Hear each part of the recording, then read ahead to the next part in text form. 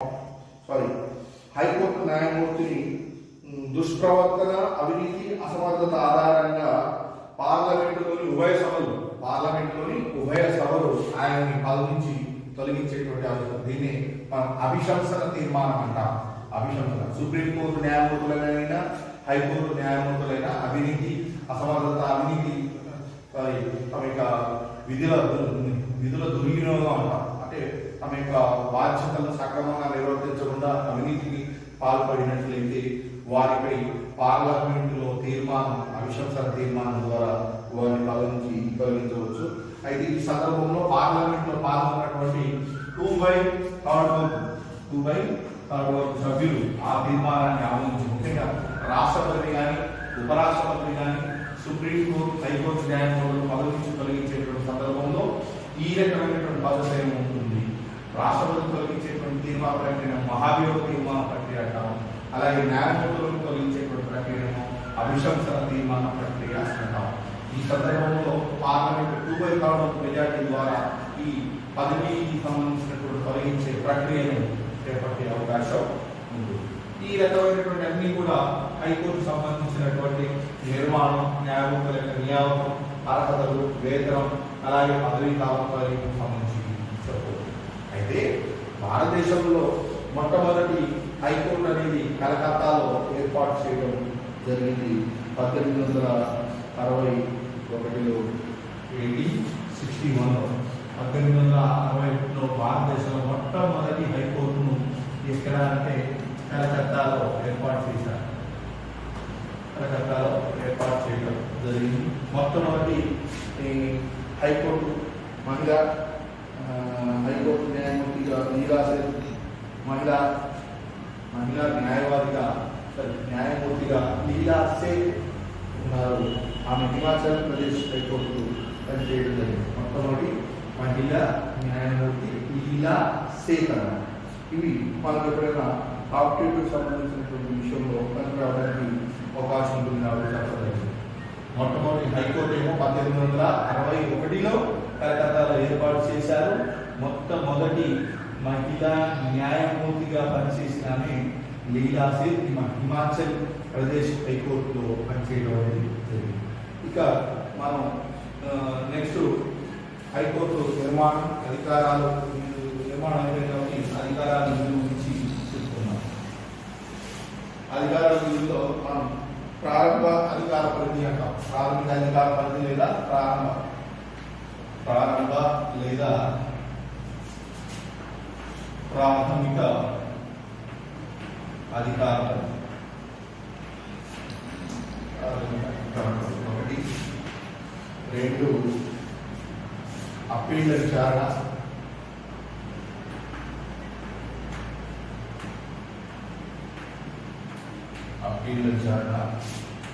3 court of record,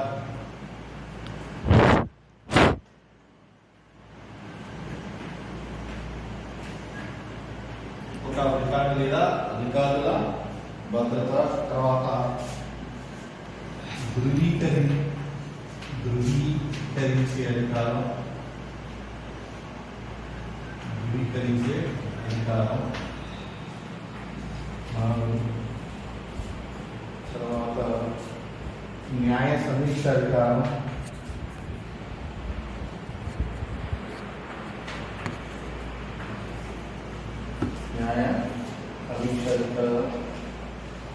అలాగే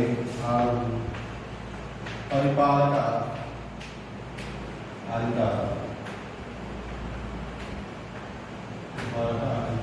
చూడండి, high court సంబంధించిన అధికారాల మనం చూసినట్లయితే ప్రారంభ లేదా ప్రాథమిక అధికార పరిధి, అప్పీళ్ల విచారణ అధికారం, కోర్ట్ ఆఫ్ రికార్డు, ధృవీకరించే అధికారం, న్యాయ సమీక్ష, పరిపాలన అధికార పరిధి. ఈ రకంగా హైకోర్టు సంబంధించినటువంటి అధికారాలు విధులను చెప్పుకోవచ్చు. ఒకసారి చూసినట్లయితే ముందు ప్రారంభ అధికార పరిధిని మనం చూసినట్లయితే ప్రారంభ అధికార పరిధిలో రాష్ట్ర పరిపాలనకు సంబంధించినటువంటి ఇంతకుముందు మనం చెప్పాం. ప్రాథమిక విధి ఏంటంటే న్యాయశాఖకు ఉన్నటువంటి ప్రాథమిక విధి శాసనాలను సమీక్ష చేయడం అనేది మనం చూస్తూ ఉంటాం.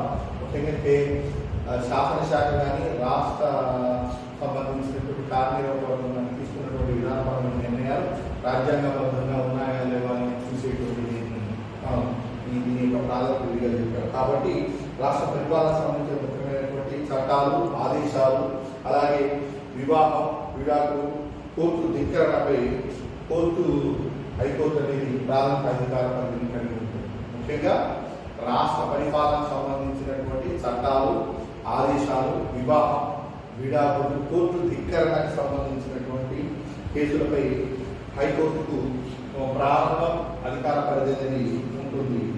అలాగే అధికారంలో 226 నిబంధనల ప్రకారం హైకోర్టుకు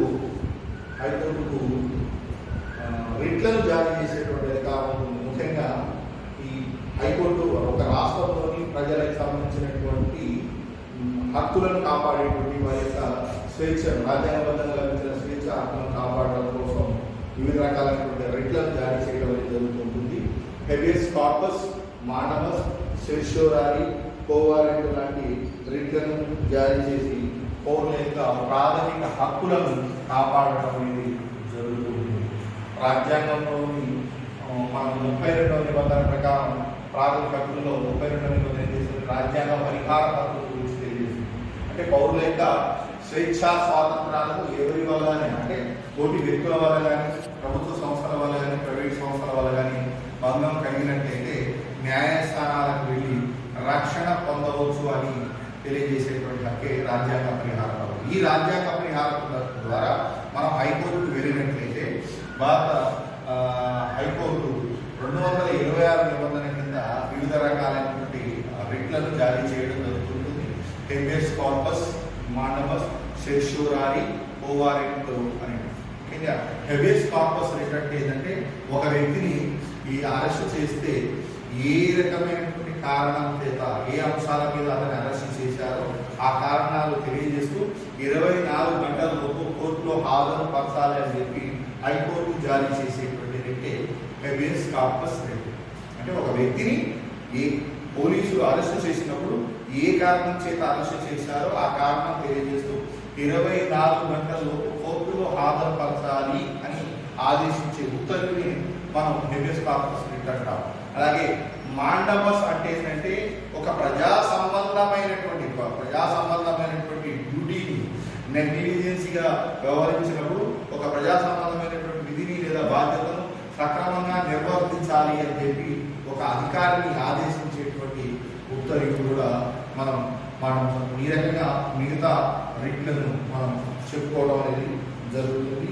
అలాగే రాష్ట్రాలకు సంబంధించిన పార్లమెంటు, శాసనసభ్యులకు సంబంధించినటువంటి ఏదైనా కేసులు, వాళ్ళ ఎన్నికలకు సంబంధించినటువంటి వివాదాలు ఏదైనా కూడా హైకోర్టు వాటిని విచారణకు స్వీకరించడం అనేది జరుగుతుంది. ఇదంతా ప్రారంభ అధికార పరిధి. అంటే ఫండమెంటల్గా చేసేటువంటి డ్యూటీలో భాగంగా మనం రాష్ట్ర ప్రభుత్వం తీసుకునే నిర్ణయాలు, చట్టాలు, తర్వాత వివాహం, విడాకులు, తర్వాత కోర్టు ధిక్కరణకు సంబంధించినటువంటి అంశాలు, అలాగే పౌరుల యొక్క ప్రాథమిక హక్కులను రక్షించడం కోసం రిట్లను జారీ చేయడం, పార్లమెంటు, రాష్ట్ర శాసనసభ్యులకు సంబంధించిన ఎన్నికల వివాదాలు, వాటికి సంబంధించినటువంటి వివాదాలను పరిష్కరించడం, ఇవన్నీ కూడా ఫండమెంటల్ డ్యూటీ కింద రావడం అనేది జరుగుతుంది. నెక్స్ట్ అప్పీళ్ల విచారణ అధికారం. అప్పీళ్ల విచారణ అధికారం అంటే ఇందులో 2 రకాలైనటువంటి అప్పీళ్లు ఉంటాయి. పౌర వివాదాలు, తర్వాత క్రిమినల్ వివాదాలు ఉంటాయి. పౌర వివాదాలు అంటే మనం సివిల్ వివాదాలు అంటాం, సివిల్ వివాదాన్ని పౌర వివాదాలు అంటాం. తర్వాత క్రిమినల్ వివాదాలు అంటేనేమో తర్వాత ఘర్షణకు సంబంధించినటువంటివి చెప్పవచ్చు. ముఖ్యంగా పౌర వివాదాలు చూసుకున్నట్లయితే జిల్లా లేదా కింది స్థాయి కోర్టులో వచ్చినటువంటి తీర్పుల ప్రకారం హైకోర్టుకు అప్పీల్ చేసుకునేటువంటి అవకాశం ఉంటుంది. అంటే దిగువ న్యాయస్థానాల్లో సివిల్ వివాదంలో ఒక కక్షిదారుడికి న్యాయం జరగలేదని భావించినటువంటి సందర్భంలో అక్కడ కక్షిదారుడు ఏం చేస్తారంటే హైకోర్టుకు అప్పీల్ చేసుకోవచ్చు. అంటే ఏ సందర్భంలో ఏ సివిల్ వివాదం ద్వారా ఆయన హైకోర్టుకు అప్పీల్ చేసుకోవచ్చు అంటే 5,000 రూపాయలకు మించినటువంటి కేసు ఏదైనా ఉన్నట్లయితే 5,000 రూపాయల కేసు మించినట్లయితే దాన్ని హైకోర్టు అప్పీల్ విచారణకు స్వీకరించడం అనేది జరుగుతుంది. ఇక క్రిమినల్ వివాదాలకు సంబంధించినటువంటి సేమ్ యాస్టీస్ గా దిగువ న్యాయస్థానాల్లో వివిధ రకాలైనటువంటి శిక్షల్లో కక్షిదారులు తమ న్యాయం జరగలేదని భావించినప్పుడు హైకోర్టుకు అప్పీలు చేసుకోవచ్చు. అంటే శిక్షలు ఎక్కువగా వేశారని చెప్పి సరైనటువంటి న్యాయం లభించలేదని చెప్పినప్పుడు హైకోర్టు అప్పీలు రావడం అనేది జరుగుతుంది. ముఖ్యంగా సెషన్ కోర్టు విధించినటువంటి ఉరిశిక్ష అంటే జిల్లా స్థాయిలో అత్యున్నతమైనటువంటి క్రిమినల్ కోర్టుగా సెషన్ కోర్టు ఉంటుంది. ఈ సెషన్ కోర్టు ఉరిశిక్షను విధించేటువంటి అవకాశం ఉంటుంది. కానీ ఈ ఉరిశిక్షను విధించేటప్పుడు హైకోర్టు యొక్క ధృవీకరణ అనేది తప్పనిసరి అనేది మనం ఇక్కడ గుర్తుంచుకోవాలి. ఈ రకంగా సివిల్ క్రిమినల్ వివాదాలను మనం హైకోర్టు విచారణ స్వీకరించడం అనేది జరుగుతుంది. ఇక మూడోది కోర్ట్ ఆఫ్ రికార్డ్. దీన్ని మన తెలుగులో రికార్డుల భద్రత అంటాం. అంటే సుప్రీంకోర్టు కానీ హైకోర్టు కానీ మన దేశంలో కోర్ట్ ఆఫ్ రికార్డుగా వ్యవహరించడం అనేది జరుగుతుంది. ఇక కోర్ట్ ఆఫ్ రికార్డు అంటే గతంలో హైకోర్టు ఇచ్చినటువంటి తీర్పు కాపీలు, ఏదైనా వివిధ రకాల కేసులకు సంబంధించినటువంటి తీర్పు కాపీలు ఉంటాయి కదా, వాటిని భద్రపరచడం అనేది జరుగుతుంది. ఎందుకంటే భవిష్యత్తులో తిరిగి న్యాయమూర్తులకు ఇలా రాజ్యాంగ సంబంధమైనటువంటి వివాదాలు వచ్చినప్పుడు ఒక అంతకుముందు కేసుల్లో న్యాయమూర్తులు ఏ రకంగా వ్యవహరించాలనేటువంటి ఒక దిక్సూచి మాదిరిగా ఈ కోర్టు కేసులు అనేవి ఉపయోగపడతాయనేటువంటి ఉద్దేశంతో వాటిని కోర్ట్ ఆఫ్ రికార్డుగా భద్రపరచడం అనేది జరుగుతుంది. భారతదేశంలో సుప్రీంకోర్టు కానీ హైకోర్టు కానీ తమ యొక్క కోర్టు చీఫ్ కాపీలను భద్రపరచడాన్ని కోర్ట్ ఆఫ్ రికార్డుగా మనం చెప్పుకోవచ్చు. ఇక ధృవీకరించేటువంటి అధికారాన్ని మనం ఒకసారి చూసుకున్నట్లయితే హైకోర్టు ధృవీకరణ, లేదంటే చాలా కేసులు హైకోర్టు సుప్రీంకోర్టుకు అప్పీల్ చేసుకునే అవకాశం కల్పిస్తుంది. అయితే ఈ కేసులో రాజ్యాంగ సంబంధమైనటువంటి అంశాలు ఉన్నాయి. ఇది ఖచ్చితంగా ఈ కేసును సుప్రీంకోర్టు పరిశీలించాలని చెప్పి హైకోర్టు ధృవీకరణ ఇచ్చి ఆ కేసును సుప్రీంకోర్టుకు బదిలీ చేసేటువంటి అవకాశం ఉంటుంది. ఇక ఐదోది న్యాయ సమీక్షమైనటువంటి అధికారం. న్యాయశాఖ ఉన్నటువంటి ఒక తిరుగులేనటువంటి అధికారమే న్యాయ సమీక్ష అధికారం. ముఖ్యంగా న్యాయ సమీక్ష గురించి మనం మాట్లాడినప్పుడు న్యాయ సమీక్షకు పుట్టినటువంటి అమెరికాలో 1804 సంవత్సరంలో మార్బరీ వర్సెస్ మార్షల్ కేసులో అప్పటి న్యాయమూర్తి అయినటువంటి మార్షల్ ఇచ్చినటువంటి తీర్పు న్యాయ సమీక్షకు పుట్టినలుగా పేర్కొనడం జరుగుతుంది.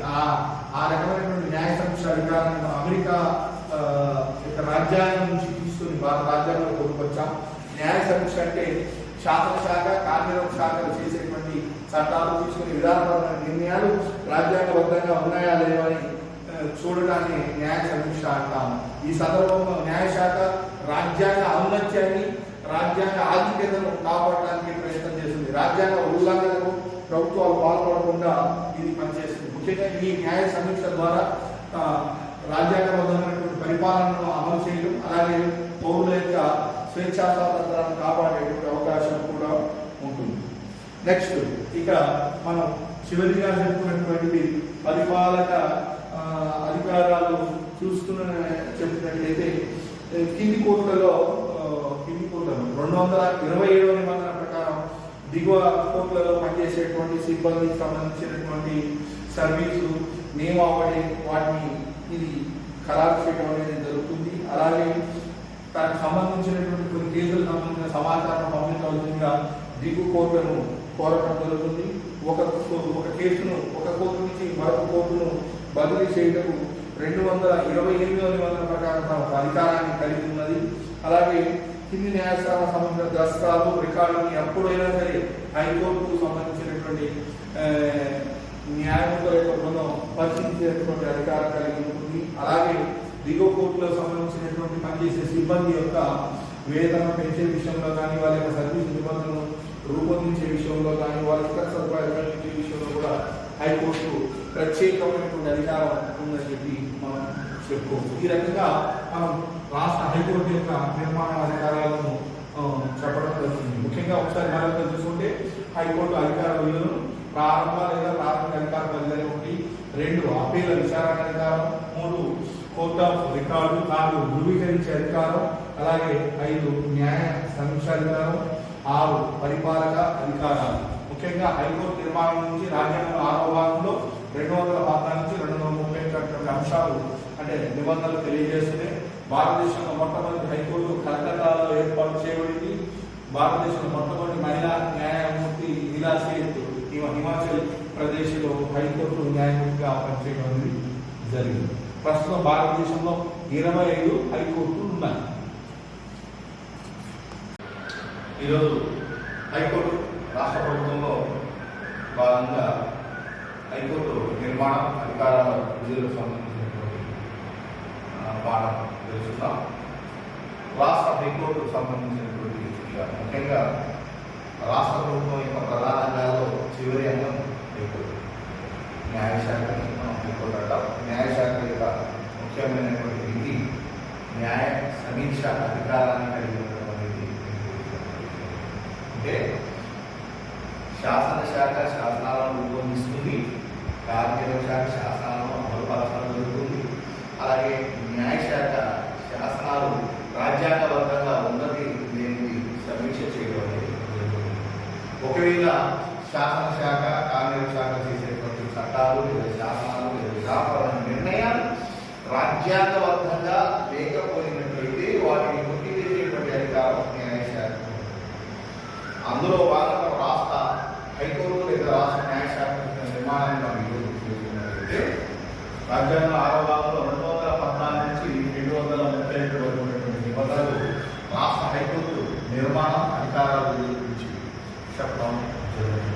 ఇందులో మనం ముందు హైకోర్టుకు సంబంధించినటువంటి పూర్తి నిర్మాణం అనేది ఎలా ఉంటుందని ఒకసారి చూసుకున్నట్లయితే రాష్ట్ర హైకోర్టుకు సంబంధించి మనం ఒక ప్రధాన న్యాయమూర్తి, ఇతర న్యాయమూర్తులు అనేటువంటి వాళ్ళు ఉంటారని చెప్పుకోవచ్చు. రాష్ట్ర హైకోర్టులో ఒక ప్రధానమైనటువంటి న్యాయమూర్తి, ఇతర న్యాయమూర్తులు అనే వాళ్ళు ఉంటారు. అయితే ఈ సందర్భంలో 2 సంవత్సరాలకు మించకుండా కొంతమంది తాత్కాలిక లేదా అదనపు న్యాయమూర్తులను అవసరాన్ని బట్టి ఏర్పాటు చేయడం అనేది జరుగుతుంది.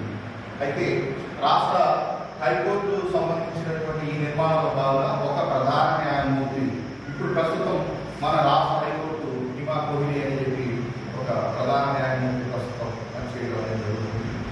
మనకు అనుకూలంగా అదనపు న్యాయమూర్తులు అలాగే ఇంకా అవసరమైతే తాత్కాలిక న్యాయమూర్తులను హైకోర్టు అనేది వీళ్ళని రాష్ట్రపతి నియమిస్తాడనేటువంటి విషయం తెలుసుకోవాలి. అయితే రెండవది న్యాయమూర్తుల యొక్క నియమం. ఇప్పుడే మనం చెప్పినట్టుగా న్యాయమూర్తులకు సంబంధించినటువంటి నియామకం ఈ హైకోర్టు ప్రధాన న్యాయమూర్తిని భారత రాష్ట్రపతి, సుప్రీంకోర్టు ప్రధాన న్యాయమూర్తి అలాగే రాష్ట్ర గవర్నర్ యొక్క సలహాలను బట్టి రాష్ట్రపతి నియమించడం అనేది జరుగుతుంది. అంటే సుప్రీంకోర్టు ప్రధాన న్యాయమూర్తి, రాష్ట్ర గవర్నర్ సిఫార్సులతో భారత రాష్ట్రపతి హైకోర్టు న్యాయమూర్తులను నియమించడం అనేది జరుగుతూ ఉంటుంది. అయితే ఈ న్యాయమూర్తుల యొక్క నియామకం ముఖ్యంగా హైకోర్టు న్యాయమూర్తిని నియమించేటప్పుడు సుప్రీంకోర్టు గవర్నర్ సలహా అనేది తీసుకోవడం జరుగుతుంది. అయితే ఇతర న్యాయమూర్తులు నియమించేటప్పుడు హైకోర్టు ప్రస్తుత న్యాయమూర్తి యొక్క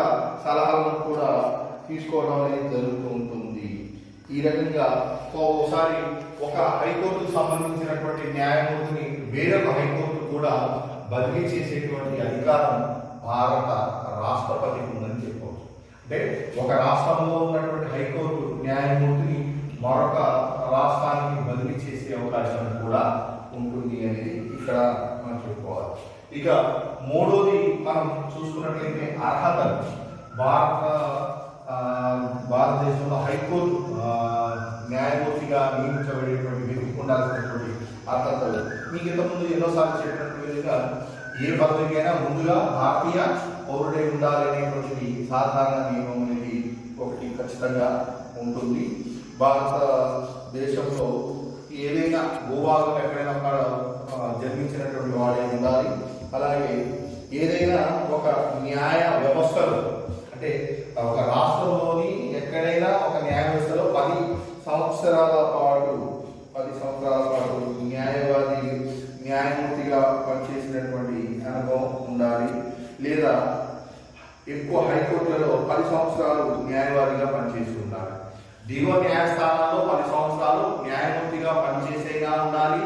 లేదా హైకోర్టులో 10 సంవత్సరాలు న్యాయవాదిగా లాయర్గా పనిచేసి ఉండాలి. న్యాయమూర్తిగానేమో దిగువ న్యాయస్థానంలో పనిచేస్తున్నారు. జిల్లా కోర్టులు ఉంటాయి కదా, జిల్లా కోర్టులలో న్యాయమూర్తిగా పనిచేసినటువంటి అనుభవం ఉండాలి, లేదా హైకోర్టులో 10 సంవత్సరాల అడ్వకేట్గా న్యాయవాదిగా పనిచేసి ఉండాలి.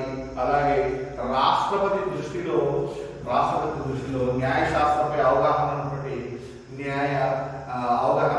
వ్యక్తిగా న్యాయశాస్త్ర కోవిదుగా ఉండాలి అనేది ఒకటి.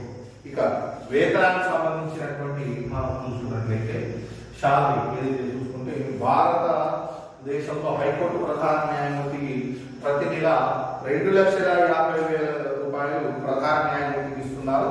అలాగే 2,25,000 ఇతర న్యాయమూర్తులకు ఇవ్వడం అనేది జరుగుతుంది.